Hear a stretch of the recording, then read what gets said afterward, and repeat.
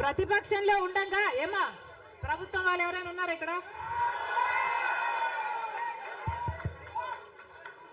ప్రతిపక్షంలో ఉండగా జగన్ రెడ్డి గారు చెప్పిన మాట, మేము అవిశ్వాస తీర్మానం ప్రవేశపెడతాము, తెలుగుదేశం పార్టీ ఎంపీలు అందరూ కూడా మద్దతు ఇవ్వండి, మూకుమ్మడి రాజీనామాలు చేస్తే స్పెషల్ స్టేటస్ ఎందుకు రాదో చూస్తారన్నాడు జగన్ రెడ్డి. ఆఖరికి జగన్ రెడ్డి గారు ముఖ్యమంత్రి అయిన తర్వాత ఒక్కసారంటే ఒక్కసారైనా, ఒక్కటైనంటే ఒక్కటైనా నిజమైన ఉద్యమం చేశాడా స్పెషల్ స్టేటస్ కోసం? స్వలాభం కోసం రాష్ట్ర ప్రయోజనాలను తాకట్టు పెట్టింది వైసీపీ. ఈ రోజు మనకు స్పెషల్ స్టేటస్ లేదు కదా, కనీసం ఒక ప్యాకేజ్ కూడా లేదు. ఉన్న ప్రభుత్వమైనా ప్రతిపక్షమైనా ఒక్కటంటే ఒక్క నిజమైన ఉద్యమం చేసింది లేదు. ఈ రోజు మనకు స్పెషల్ స్టేటస్ లేదు అంటే ఆ పాపం ముమ్మాటికి చంద్రబాబు గారిది, ముమ్మాటికి జగన్ రెడ్డి గారిది. స్వలాభం కోసం ఇద్దరు ప్రజల ప్రయోజనాలను తాకట్టు పెట్టారు. టీడీపీ అంతే, వైసీపీ అంతే, దొందే. అమరావతి రాజధాని అమరావతి అన్నాడు చంద్రబాబు గారు, సింగపూర్ను చేస్తానన్నాడు. 3D గ్రాఫిక్స్ మొత్తం గుర్తుందా? 3D గ్రాఫిక్స్ చూపించాడు చంద్రబాబు గారు. పోనీ అమరావతి రాజధాని అయిందా అంటే అది కాలేదు. జగన్ రెడ్డి గారు వచ్చారు, ఒకటి కాదు 3 రాజధానిలు అన్నారు. పోనీ 3 రాజధానిలు అయ్యాయా అంటే ఒక్కటి కూడా లేదు. ఈరోజు మనకు రాజధాని ఏది అంటే ఏదో మనకే అర్థం కాని పరిస్థితి. ఒకటైనా ఉందా అంటే ఏదీ లేదు, ఒకటి కూడా లేదు. మరి ఏమి సాధించుకున్నట్టు? పోలవరం ప్రాజెక్ట్ ఎప్పుడో 1941లో పోలవరం ప్రాజెక్టు కట్టాలనుకుంటే సాధ్యపడలేదు. ఆఖరికి రాజశేఖర్ రెడ్డి గారు ముఖ్యమంత్రి అయిన 2004లో రాజశేఖర్ రెడ్డి గారు జలయజ్ఞంలో భాగంగా పోలవరం ప్రాజెక్టును స్థాపించడం జరిగింది. రాజశేఖర్ రెడ్డి గారు ముఖ్యమంత్రిగా ఉండగా పోలవరం ప్రాజెక్టు చెందిన కుడి ఎడమ కాలువల పనులు కూడా చాలా శాతం చేశారు రాజశేఖర్ రెడ్డి గారు. మన దురదృష్టం రాజశేఖర్ రెడ్డి గారు వెళ్ళిపోయారు.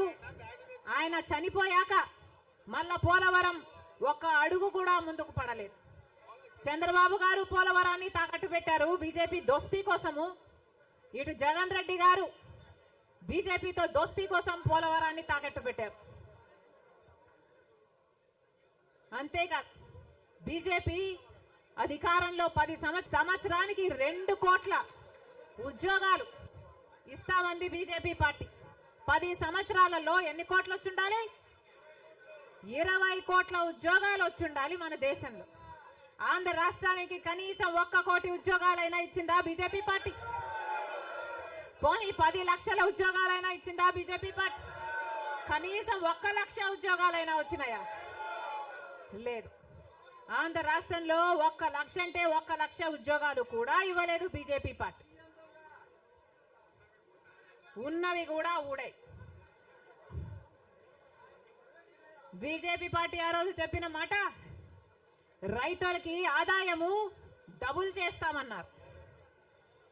రైతుల ఆదాయం డబుల్ చేయడం ఏమో కానీ రైతులకున్న ఖర్చులు 10 ఇంతలు పెరిగాయి. ఈరోజు అప్పు లేని రైతు ఉన్నాడా?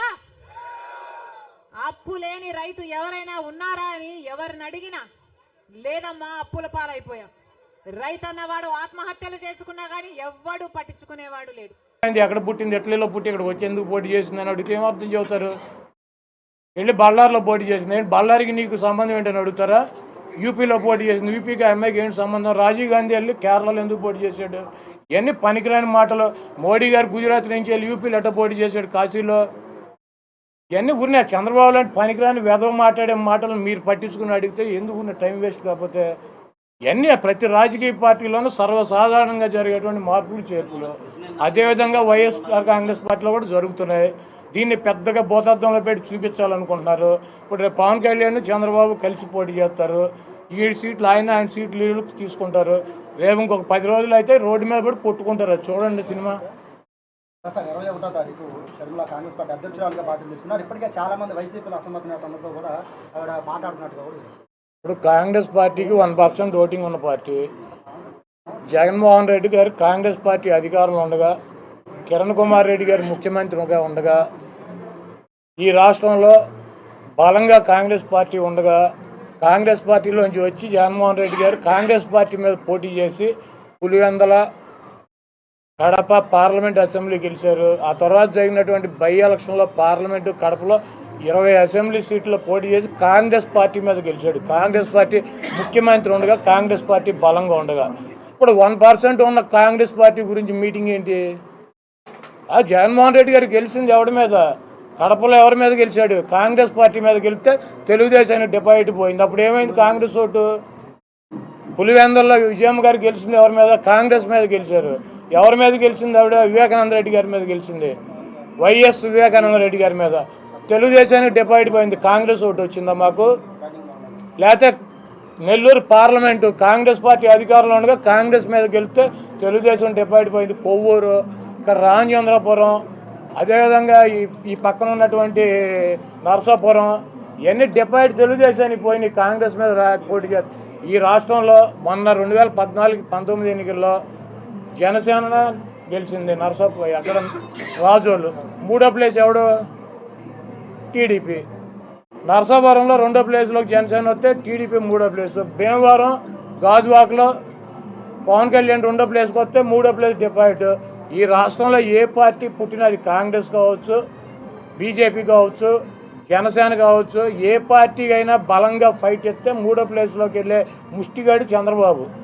డిపాజిట్లు పోగొట్టుకునే వెధవ చంద్రబాబు. కాబట్టి ఎన్ని పార్టీలు వచ్చినా 4 ఓట్లు ఒక్కో పార్టీకి పోతే వీడికి కూడా 4 మిగులుతాయి. కాబట్టి వెళ్ళి మీరు చంద్రబాబుని అడగండి, సాయంత్రం వస్తాడు. అరే బాబు, కాంగ్రెస్ పార్టీకి అధ్యక్షురాలు మారారు, మనం 3లో ఉంటామా 2లో ఉంటామా, డిపాజిట్లు పోతాయని వెళ్ళి ఆయన అడగండి.